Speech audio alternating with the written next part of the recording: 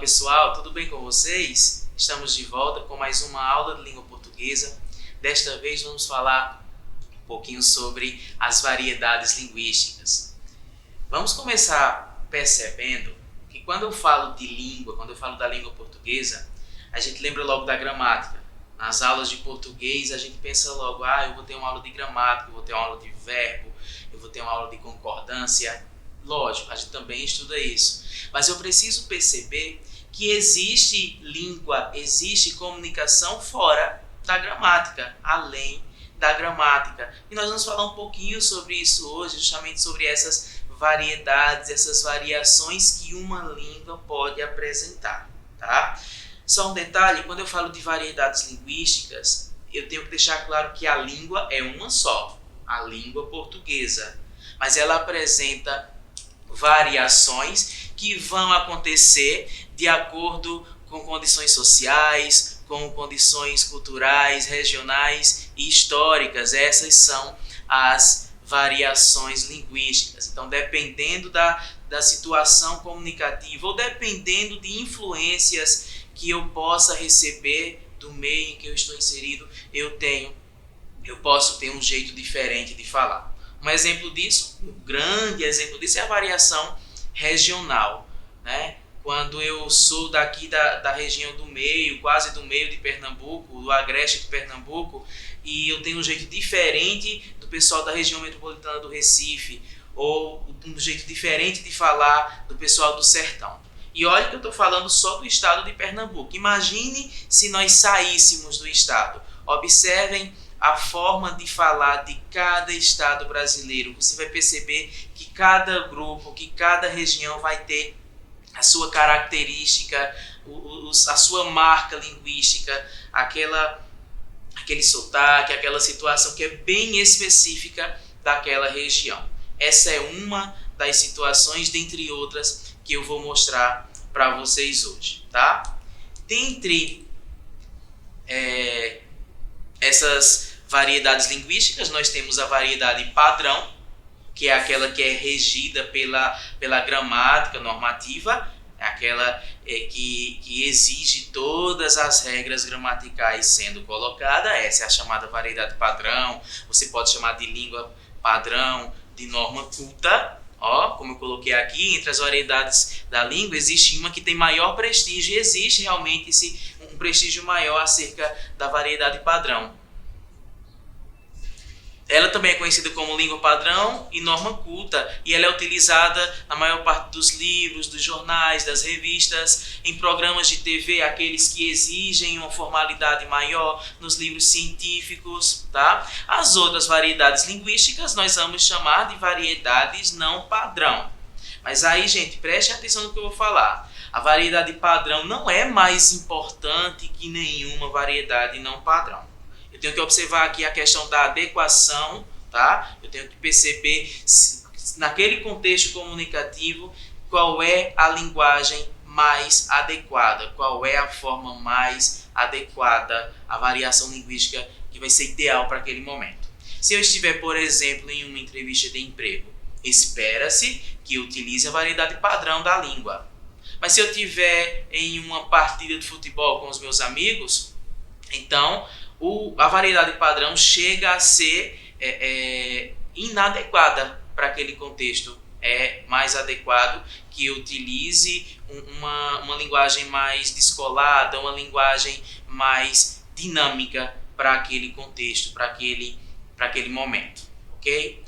Vamos falar um pouquinho sobre essas variedades não padrão. A variedade padrão, as regras da variedade padrão, nós aprendemos aos poucos, são todas aquelas regras de gramática que nós aprendemos na escola, mas hoje nós vamos falar apenas das variedades não padrão. E lembrando, dependendo da situação comunicativa, elas são tão válidas, elas são tão eficientes quanto a variedade padrão. Porque, gente, o principal ou o grande objetivo da língua é comunicar. E se eu percebo que há comunicação através de uma variedade linguística que não seja a padrão, então ela está sendo válida, ela está sendo eficiente, uma vez que ela comunica. Se eu for pensar aqui, por exemplo, em um casal de velhinhos, 80 anos os dois, mal foram à escola, mal sabem escrever o próprio nome. E quando chega numa sexta-feira, no fim do dia, a velhinha olha pro velhinho e diz: ô meu véi, nós rai pra feira amanhã pro modo comprar o comer? Veja que forma peculiar de falar, tá? E houve comunicação. A gente percebe aí nesse contexto, nesse exemplo que eu trago para vocês, que houve comunicação.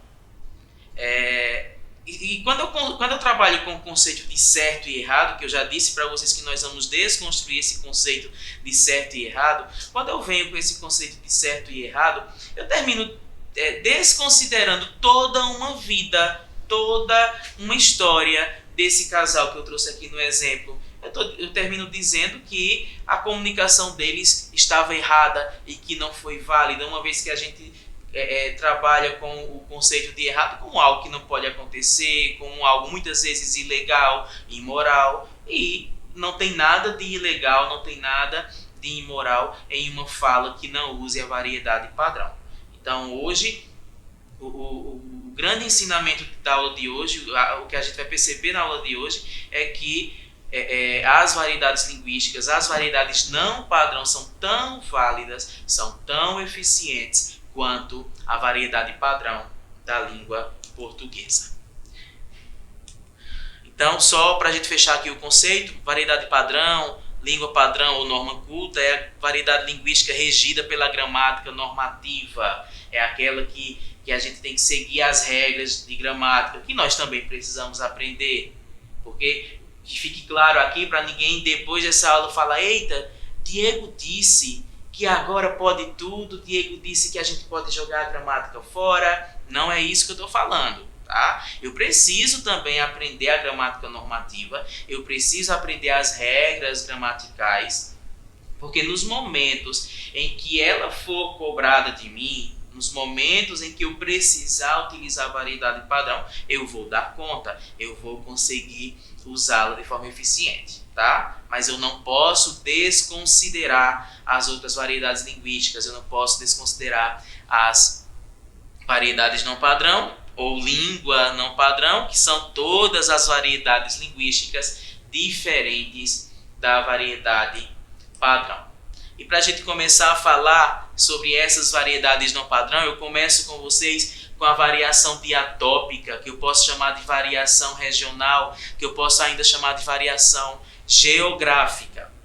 São as variações que ocorrem por questões ligadas à localidade de origem dos falantes, ou seja, diferenças na fala de pessoas que vivem em locais diferentes. Essa é a variação linguística que nós mais percebemos, inclusive é a que mais é cobrada nos exames. Lá no finalzinho eu vou trabalhar com umas questões para vocês perceberem como é que os exames cobram de nós, mas é interessante que a gente perceba as marcas linguísticas de algumas regiões, que são marcas mais fortes, porque elas geralmente são cobradas. Um exemplo é o nosso falar nordestino, que nós aqui na região aqui de Caruaru não falamos esse nordestino que se diz, mais uma fala do sertão aqui de Pernambuco, do sertão da Paraíba, do sertão do Ceará principalmente. Tá? Então temos o chamado dialeto nordestino, aquela fala bem forte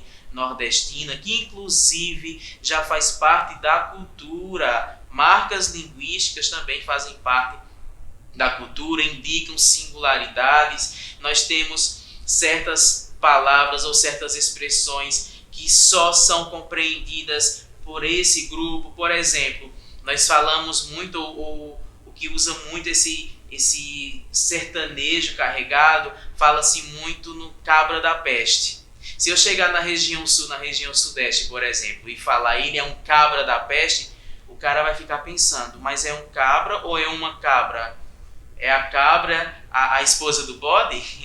Ele talvez não entenda o significado de cabra. Então, percebam o cabra safado, aquele cabra safado, a gente vê isso lá no enredo do Alto da Compadecida, que vocês já devem ter visto.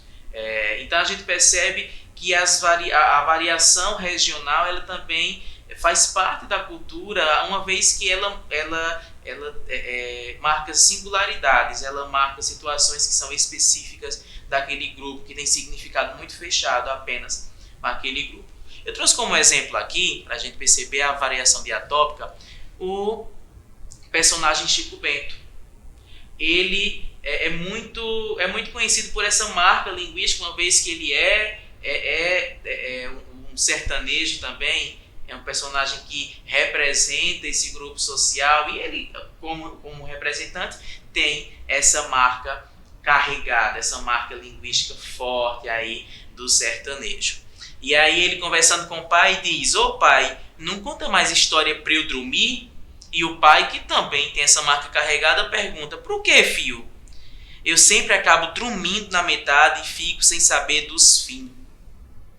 É interessante que a gente perceba, a partir dessa variação regional, que a gente perceba que existe também o chamado preconceito linguístico, que é quando eu menosprezo a fala do outro, o jeito de falar do outro por conta da região de onde ele vem. E aqui já caberia um debate que fica aí para vocês ampliarem essa conversa ou ampliarem as pesquisas acerca disso. Por trás desse preconceito linguístico, a gente pode perceber um outro tipo de preconceito, preconceito muitas vezes social. Na verdade, muitas vezes o preconceito linguístico é apenas uma máscara para um outro ou vários outros preconceitos. Mas é muito forte a presença do preconceito linguístico, infelizmente. Existe ainda o público que fala ainda do falar certo, do falar errado e que aponta para o outro quando ele fala diferente, eu chamo de errado. Olha como ele fala errado, tá? E o sotaque, o dialeto nordestino é muito forte esse preconceito com esse grupo, né? Regiões região sul, região sudeste, muita gente daquela região até produz textos, joga textos na internet muitas vezes com esse preconceito carregado.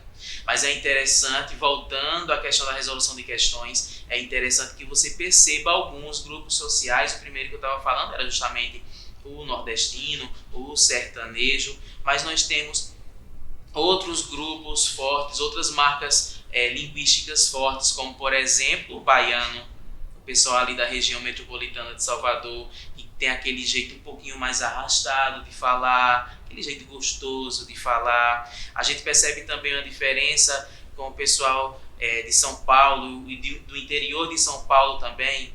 Inclusive, muitas vezes, o pessoal ali da região de São Paulo, algumas pessoas têm um certo preconceito em relação ao nordestino, mas existe um elemento da fala do pessoal, principalmente do interior de São Paulo, que é o que a gente chama de R retroflexo, aquele R de porta, de porteira, e eles falam tanto em alguns momentos do dialeto nordestino, só que eles também têm algumas marcas que são marcas caipiras, tá? Como esse R retroflexo que eles trazem, que eles têm também na fala deles. Temos a marca do mineiro, temos a marca forte do gaúcho. Então é interessante que você verifique essas variações linguísticas, essas marcas linguísticas, porque às vezes as questões, principalmente lá no Enem, apresentam um texto com uma marca linguística específica de um grupo, de uma região, e ele vai lá te perguntar de onde seria aquele falante, de onde seria aquela marca linguística. Então fiquem ligados aí com essas marcas linguísticas de todas, ou de pelo menos algumas regiões do país, aquelas que chamam mais a nossa atenção. Ok? Seguindo para mais uma variação, temos a variação histórica ou variação diacrônica. Ela vai se referir aos estágios de desenvolvimento de uma língua ao longo da história, quando uma palavra evolui com o passar do tempo. Um exemplo dessa evolução é a palavra você. Percebam essa evolução da palavra você, que antes era vossa mercê, e aí foi evoluindo, e virou vossa mercê, e depois vós mercê, e agora é você, e daqui a pouco já querem transformar o você em C. Vai chegar um dia em que só vai ter o acento circunflexo em cima de nada, de letra nenhuma. tá? Mas a gente percebe, lógico que é uma brincadeira que eu estou fazendo aqui com vocês, mas a gente percebe aqui, através dessa evolução da palavra você que eu trouxe como exemplo, e tantas outras que evoluíram também, percebemos esse exemplo de variação histórica, quando uma palavra ou uma expressão vai mudando de acordo com o tempo. Tá? Tanto a palavra evolui, quanto ela pode ser ressignificada. Né? Vivemos em uma sociedade dinâmica e a língua precisa acompanhar esse dinamismo da sociedade. Tá? Então, vejam, por exemplo, o verbo ficar.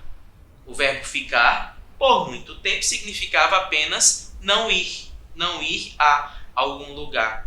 Hoje já foi ressignificada, ela ganhou mais um sentido. Ficar agora também significa namorar por um dia, namorar por um período curto, namorar sem compromisso.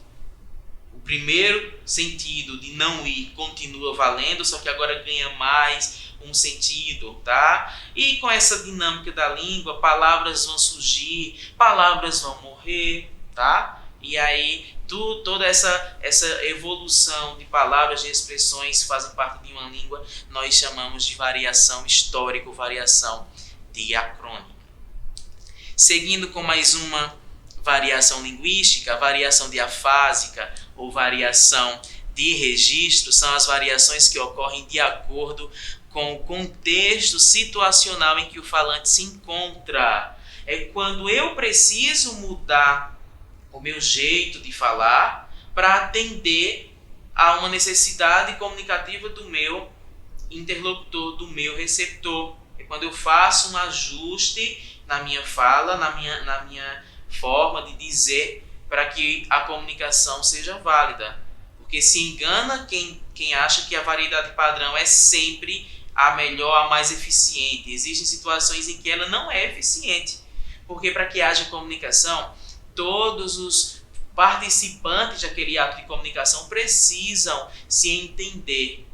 E aí, se um dos usuários daquele ato, um dos participantes daquele ato não conseguem compreender a fala do outro, a comunicação vai ter um ruído, ela vai ser deficiente, ela vai apresentar uma falha, ok? Então, nos momentos em que eu faço um ajuste no meu jeito de falar, para entender, ou para que o outro possa entender, para que eu seja compreendido pelo outro, então essa mudança, esse ajuste é o que nós chamamos de variação de registro. Eu coloquei aqui uma mesma coisa sendo dita de duas formas diferentes. Uma forma mais descolada e outra utilizando o padrão normativo. No primeiro caso, meu camarada, quero te pedir um grande favor. Veja que em uma situação em que eu precise utilizar o padrão normativo, em que eu precise utilizar a formalidade, eu não vou utilizar essa primeira forma que eu coloquei para vocês. Aí já venho aqui com o segundo caso. Venho solicitar a vossa senhoria o obséquio de me conceder um favor. Então percebam aí uma mesma coisa sendo dita de duas formas diferentes para atender a situações comunicativas diferentes. Percebam que quando eu vou me comunicar, eu tenho que perceber primeiro quem é meu público-alvo. Qual é o contexto? É um contexto de formalidade ou não? Eu estou numa palestra, ou eu estou numa entrevista de emprego, ou eu estou saindo com os meus amigos para jogar conversa fora? Entre amigos eu não preciso utilizar o padrão normativo. Há quem diga, tu és professor de português, então usa o padrão normativo da hora que acorda, a hora que vai dormir. Não precisa ser assim, gente. O que a gente precisa é prezar pela comunicação. E existem momentos em que eu vou falar com um certo grupo e eu preciso adequar a minha fala, adequar a minha linguagem para ser compreendido por esse grupo. É o que nós chamamos de variação diafásica ou variação de registro.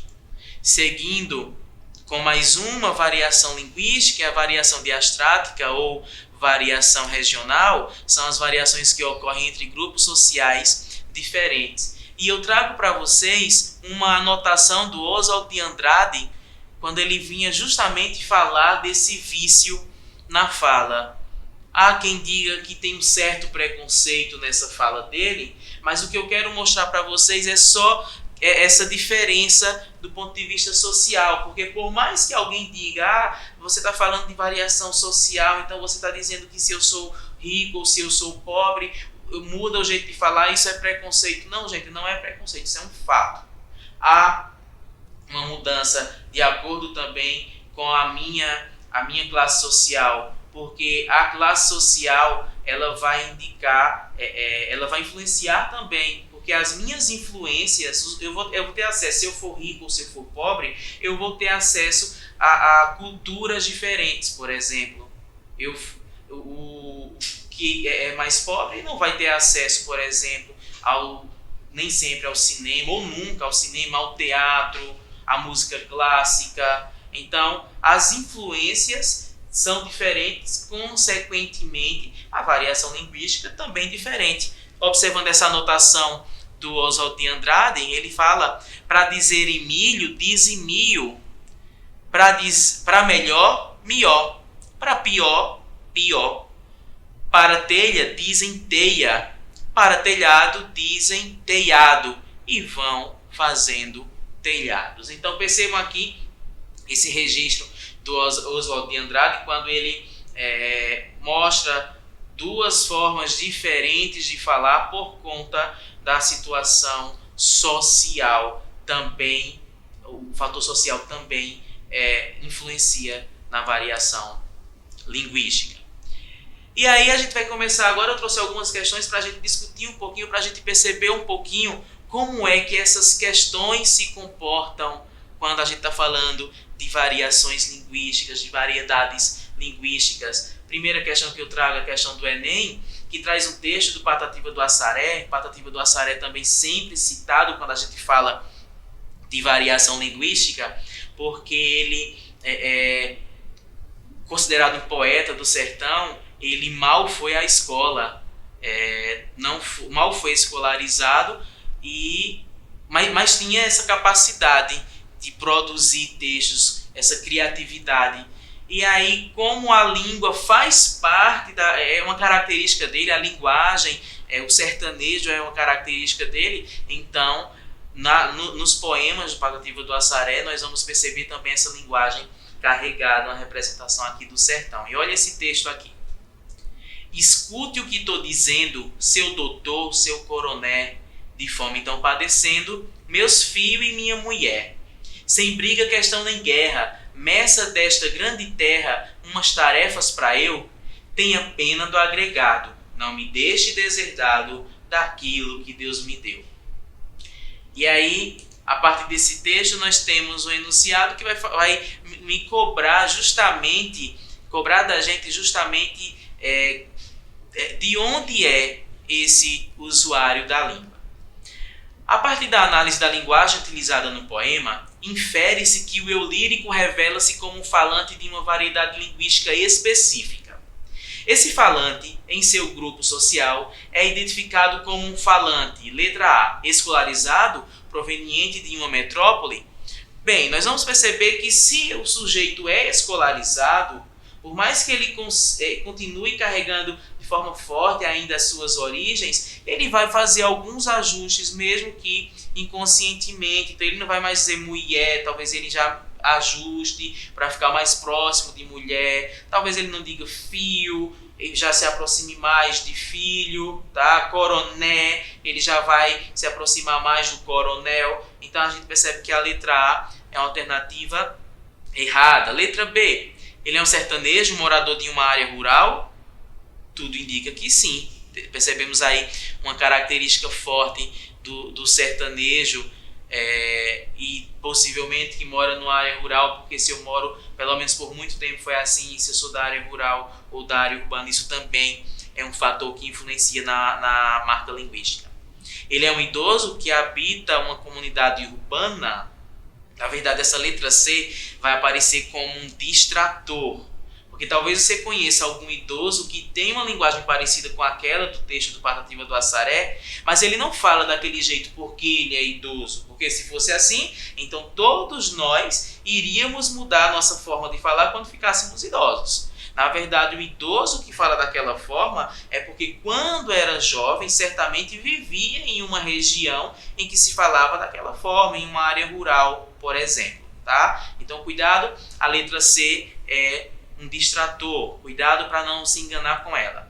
Letra D, escolarizado que habita uma comunidade do interior do país. A gente já viu que se o sujeito é escolarizado, então ele vai fazer alguns ajustes, mesmo que inconscientemente. Ele é estrangeiro que imigrou para uma comunidade do sul do país. Na verdade, estrangeiros, nós já percebemos em alguns momentos que os estrangeiros eles aprendem a falar o português, mas com marcas típicas da língua dele, tá? Não tem nada a ver aqui com o Patativa do Assaré, então a gente confirma a letra B. Ok? Vamos para mais uma questão. Também a questão de Enem. A escrita é uma das formas de expressão que as pessoas utilizam para comunicar algo e tem várias finalidades: informar, entreter, convencer, divulgar, descrever. Assim, o conhecimento acerca das variedades linguísticas sociais, regionais e de registro torna-se necessário para que se use a língua nas mais diversas situações comunicativas. Considerando as informações acima, imagine que você está à procura de um emprego. Veja que agora essa segunda parte da questão ela vai me mostrar uma situação comunicativa para a partir dessa situação eu escolher qual a linguagem mais adequada. Considerando as informações acima, imagine que você está à procura de um emprego e encontrou duas empresas que precisam de novos funcionários. Uma delas exige uma carta de solicitação de emprego. Então, qual é o contexto? Uma entrevista de emprego. Ao redigi-la, você fará uso da linguagem metafórica ou apresentará elementos não verbais, utilizará o registro informal, evidenciará a norma padrão ou fará uso de gírias. Então, observe qual é o contexto. Eu tenho aqui uma entrevista de emprego. Em uma entrevista de emprego, qual é a variação linguística mais adequada? Espera-se que utilize o padrão normativo, então a gente confirma aqui a letra D. Espera-se que nessa situação comunicativa eu utilize o padrão normativo. Ok? Fechamos, encerramos por aqui a nossa aula sobre variedades linguísticas. Foi muito bom estar com vocês. Na próxima, nós vamos trabalhar já um outro conteúdo também de linguística, já que é o que sempre é cobrado de nós. Um abraço em todo mundo, fiquem em casa e até a próxima.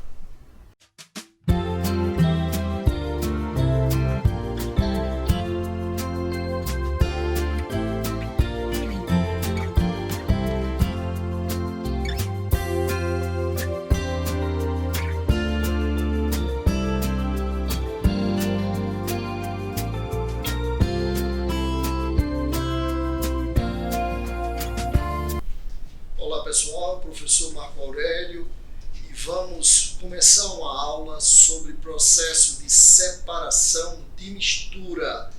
Bom, a gente sabe que a matéria ela é formada por 3 estados físicos: o estado sólido, o estado líquido e o estado gasoso. E aí, quando 2 estados sólidos estão juntos, quais as técnicas a gente usa para haver a separação? Então vamos começar. Separação de misturas heterogêneas. Misturas heterogêneas é aquela que possui mais de uma fase. Os processos mecânicos dos sistemas sólidos-sólidos. Então, começando pela catação. Catação, a gente separa sólidos pela forma, pela cor, pelo tamanho, utilizando as nossas mãos ou utilizando uma pinça. Então, o primeiro método se chama catação. Bom, se a gente separa sólidos utilizando uma peneira, vai ser a técnica de peneiração. E essa técnica utiliza o tamanho do grão. O grão maior fica retido na peneira. O grão menor ele vai passar pela peneira. Se a gente separa sólidos por correntes de ar, Essa técnica é conhecida como ventilação. Então, o sólido mais leve é separado por uma corrente de ar. Um exemplo, grãos de café e casca. Levigação. O que é que a gente pode entender por levigação? O sólido mais leve é separado por água corrente. Exemplo, ouro e areia. A areia mais leve é arrastada por um fluxo de água. Então, utilizar um fluxo de água para separar sólidos, a gente chama de levigação. Na separação magnética, ela ocorre quando você tem dois sólidos e um é atraído por ímã. Classicamente, seria uma mistura de enxofre com pó de ferro. Então, ao passar o ímã nessa mistura, o ímã vai atrair o pó de ferro, que possui características magnéticas. O enxofre não, tá? Muito bem. E a técnica da dissolução fracionada. Dissolução é dissolver. Fracionado é quando existe mais de um sólido. Então, baseia-se na diferença de solubilidade dos sólidos em um determinado líquido. Primeiro adiciona-se um líquido que dissolve apenas um dos sólidos. Depois filtra-se a mistura e o filtrado é submetido ao aquecimento. Vou dar um exemplo. Nós temos uma mistura inicial de sal e areia. Imagina, uma mistura inicial de sal e areia. Vamos colocar água. A água dissolve o sal, a areia não. A água dissolve o sal, a areia não. E aí, o que é que a gente pode fazer depois? Filtrar. Porque na filtração, utilizando vidrarias compatíveis, a areia vai ficar retida e aí sobra água e sal. E como é que a gente separa água e sal se o sal está tão dissolvido na água? A gente vai separar água e sal por destilação. Aquecendo. Destilação é aquecer. No aquecimento, a água evapora e o sal ele vai cristalizar. Bom, então tá aí um exemplo. Vocês estão vendo areia mais sal, areia, sal e água. Acrescentamos água. Logo em seguida, filtramos para que a areia fique retida no filtro. E logo em seguida, para separar a água de sal, evaporamos, destilamos para que o sal fique cristalizado, ou seja, volte a ser sólido. Uma outra técnica bastante comum é a flotação. A flotação, como é que funciona? Então, o sólido mais leve, menos denso, você vai separar pela densidade. Flotar é flutuar. Flotar é flutuar. Então, o sólido mais leve flutua em um líquido, enquanto o mais denso vai sedimentar, afundar. Um exemplo, a gente tem uma mistura de serragem e areia. Então, imagina, serragem, pó de serra e areia. Vamos colocar água. A água não dissolve o pó de serra, nem dissolve a areia. A água vai ficar ali no meio, com uma densidade intermediária. A areia, por ser mais densa, afunda. E o pó de serra, por ser menos denso, flutua. Flutua, flotação. Flotação é flutuar. Separação pela densidade. Cuidado, tá? Muito bem. Então aí está uma figura bem interessante, onde colocaram, sabe o quê? Esse copo se chama Becker. O copão da química é o Becker. E aí eles colocaram areia e raspa de lápis. Fizemos a ponta do lápis, a raspa. Né? E aí colocamos água, está tudo misturado e eu quero separar a areia da raspa do lápis. Ao colocar a água, a raspa do lápis, a serragem vai para cima, por ser menos denso, ela vai flotar. E a areia, por ser mais densa, mais pesada, denso, peso, gravidade, vai para baixo, ok? Muito bem, então tá tá aí mais uma figura para vocês verem como é que funciona a flotação. Fusão fracionada. Em primeiro lugar, o que significa fusão? Fusão é a passagem do estado sólido para o estado líquido. Sólido para líquido. Fracionada é porque eu vou ter uma mistura de sólidos. Então, a fusão fracionada é um processo usado para separar sólidos cujos pontos de fusão. Lembra do início? Fusão é a passagem do estado sólido para o estado líquido. São muito diferentes. Muito diferentes. Para isso é preciso saber a que temperatura cada elemento se compõe, o sólido vai se fundir. E para que esse processo ocorra, a gente tem que utilizar vidrarias especiais. E esse aparelhinho que vocês estão vendo aí, onde está misturado enxofre com areia, sólidos com ponto de fusão tão diferentes, se chama cadinho. O cadinho de porcelana. Cadinho de porcelana aguenta altas temperaturas. Então, aquecendo a areia, ela vai, por ter uma temperatura de fusão maior, ela continua no estado sólido, mas o enxofre no aquecimento passa para líquido e aí você virando o cadinho, você consegue separar o enxofre líquido da areia. Então a gente chama isso de fusão fracionada. E a sublimação? Então, primeiro, vamos ver o que significa sublimação. Sublimação é a passagem do estado sólido para o estado vapor. Sólido para vapor. Então, usada para purificar substâncias que sofrem sublimação, ou seja, passa de sólido diretamente para vapor. Ela intercala o estado líquido, porque a gente se acostuma sólido, líquido e gasoso, mas essa substância, a naftalina, a cânfora, o iodo, ela vai passar diretamente de sólido para vapor. Então você tem aí, por exemplo, iodo com areia misturado. Aquecemos. No aquecimento, quem é que vai sublimar? O iodo. A areia não sublima. Então o iodo vai sublimar o vapor de iodo. Ao encontrar, observe que temos um funil ao contrário, né? Um becker e ele em cima apoiado tem um funil. Então quando o vapor encontrar a superfície do funil mais fria, volta a ser sólido. E ele está, nesse momento, purificado. Livre da areia, que é um contaminante. E a cristalização? A cristalização é muito interessante.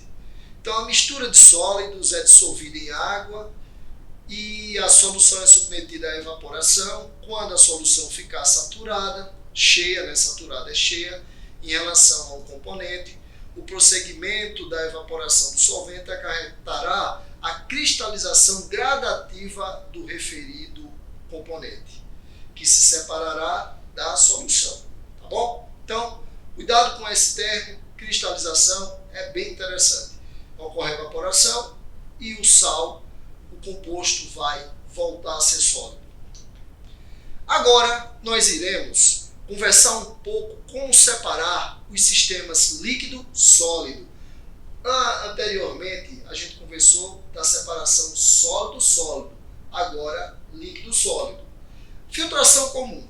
A filtração comum é a retenção de um sólido através de uma superfície porosa, um filtro, utilizada para separar misturas de um líquido com um sólido não dissolvido.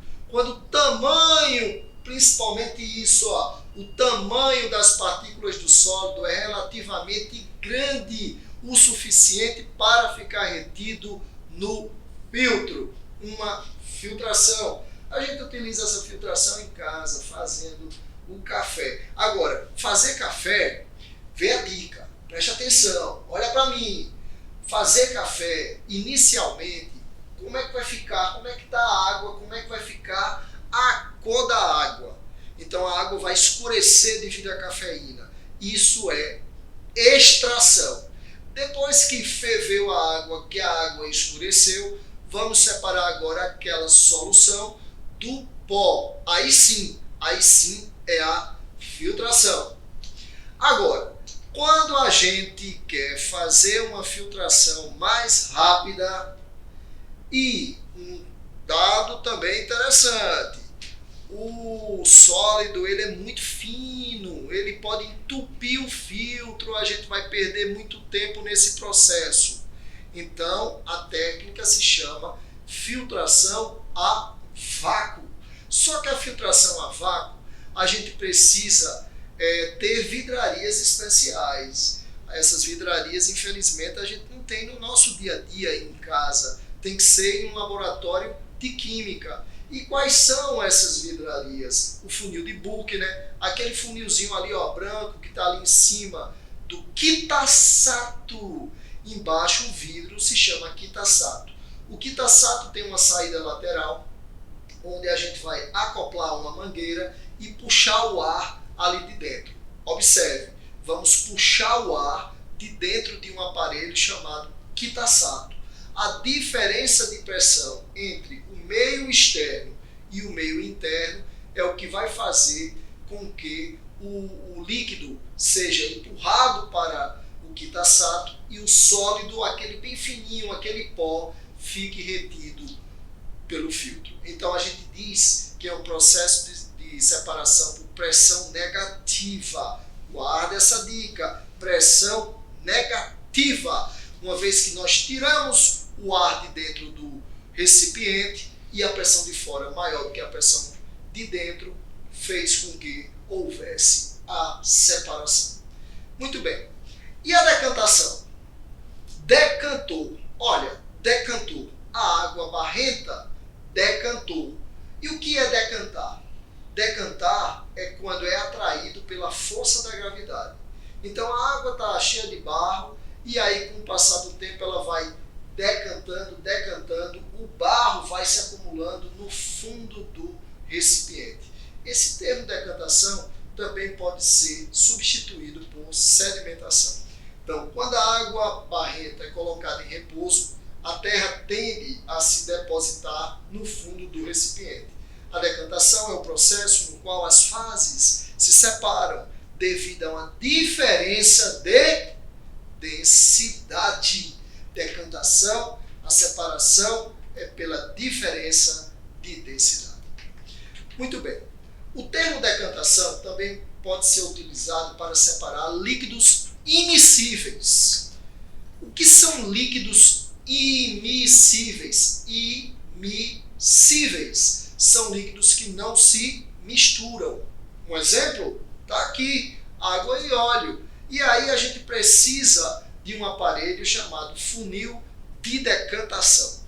Colocamos água e óleo misturado, com o passar do tempo, o repouso, né, tem que acontecer o repouso, a gente tem que deixar um certo momento parado o repouso, e o que é que vai acontecer? A água, por ser mais densa, vai para baixo e o óleo menos denso fica em cima. Se vocês observarem a figura, você vai ver que no funil de decantação tem uma torneirinha, e essa torneirinha, quando aberta, quem é que vai descer primeiro? A água. Quando o óleo vai chegando, você separa. Então, a gente está aí uma decantação, a gente separou líquidos immiscíveis.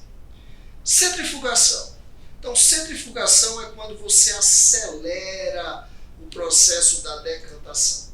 É uma rotação. Centrífuga, ela vai rotar. É bom que a gente, primeiro, a priori, pega a manha aí dessas duas palavras. Centrífuga, fuga, é uma força aplicada para fora. Centrípeta é uma força aplicada para dentro.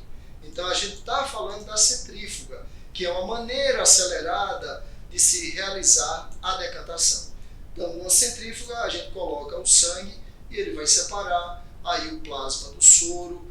Os técnicos aí de laboratório trabalham muito com esse processo.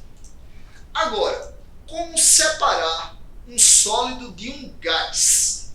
O sólido de um gás, como separar? Gente, é tão simples. A gente em casa, às vezes, tem um aparelho chamado aspirador de pó. E aí, o que é que vai acontecer? A gente vai aspirar ali aquele tapete. Aspirando aquele tapete, o ar vai passar pelo filtro. Mas se tiver alguma poeira, algum sólido, o sólido irá ficar retido no filtro. Então, separar sólido de gás é filtração. Sólido de gás é filtração. Muito bem. E misturas homogêneas, misturas que só possuem uma fase. Como separá-las? Então, a primeira etapa, o primeiro processo, bem simples, é uma evaporação. Então, na evaporação, você tem, por exemplo, as salinas. Vamos agora viajar para o Rio Grande do Norte, vamos para Natal, vamos conhecer uma salina. Então, existe uma piscina, naquela piscina coloca a água do mar e deixa o sol evaporar a água para que o sal fique cristalizado. Então, essa técnica de absorção de calor para fazer a água evaporar e o sal cristalizar é chamada de evaporação. Destilação simples. O que é uma destilação simples? Então, funciona quando no aquecimento de uma mistura homogênea de um líquido e um sólido, apenas o líquido vaporiza. Assim, os vapores atingem a região fria do condensador, ocorrendo a passagem para o estado líquido. E um exemplo clássico da destilação simples seria água com sal de cozinha. Eu colocaria outro, água com açúcar. Então, água e açúcar separa-se por destilação simples. Você pode agora perguntar para mim, Marco Aurélio, qual a diferença entre destilação simples e evaporação? Evaporação é um processo natural. Destilação vai acontecer em laboratórios, com vidrarias especiais. A gente precisa, por exemplo, do bico de Bunsen. A gente precisa da tela de amianto, a tela de amianto que distribui o calor de maneira uniforme. A gente precisa do balão de destilação. A gente precisa do condensador. O condensador é o que vai resfriar os vapores e o vapor, agora sem aquele sólido, se transforma no líquido. Então, imagina água e sal. Quem é que vai evaporar? A água. Quem é que vai passar pelo condensador voltando a ser líquido? A água. Então, este é o processo de formação da água destilada. Água sem nenhuma concentração de sal. Água pura. Bom, e a destilação fracionada? Na destilação fracionada, nós temos várias destilações simples. Então, à medida que os vapores sobem pela coluna de fracionamento, eles vão se tornando cada vez mais ricos em componentes voláteis. O que é um componente volátil? É aquele que possui baixo ponto de ebulição. Ele evapora com facilidade. Quem é mais volátil? Água ou gasolina? Acertou? Quem falou? Gasolina. É mais volátil, tem um ponto de ebulição menor. E aí, o que é que vai acontecer? A gente vai separar. A gente vai separar, como por exemplo, os componentes do petróleo. Olha que coisa maravilhosa. Olha o petróleo agora na nossa tela. Né? O petróleo, essa mistura tão rica em hidrocarbonetos, também em enxofre, tá? Qualquer derivado do petróleo é rico em enxofre, e enxofre provoca a chuva ácida. E aí a gente vai agora passar o petróleo, esse óleo cru, por uma fornalha, aproximadamente a 600 graus. E os componentes começam se separando pela pressão de vapor e pelo ponto de ebulição. Então lá em cima vai sair o gás de petróleo. Um carbono é o metano, 2 carbonos é o etano, a mistura de metano e etano é o gás natural, o GN. A gente conhece por GNV, né? Gás natural veicular.